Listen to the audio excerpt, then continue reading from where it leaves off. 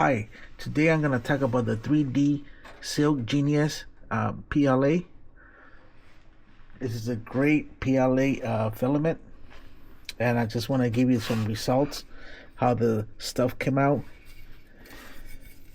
Look at the beautiful results from the filament that I just got. Very detailed. It came out perfect, and I have another one here.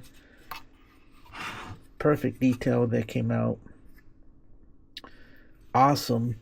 And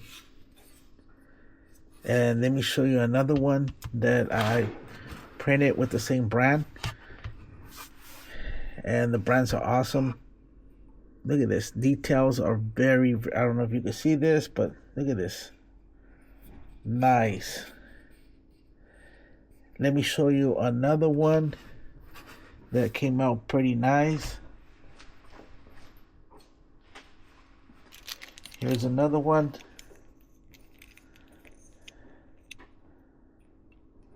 I really recommend this filament, and I'll be posting more videos so you guys can see the results. Thank you.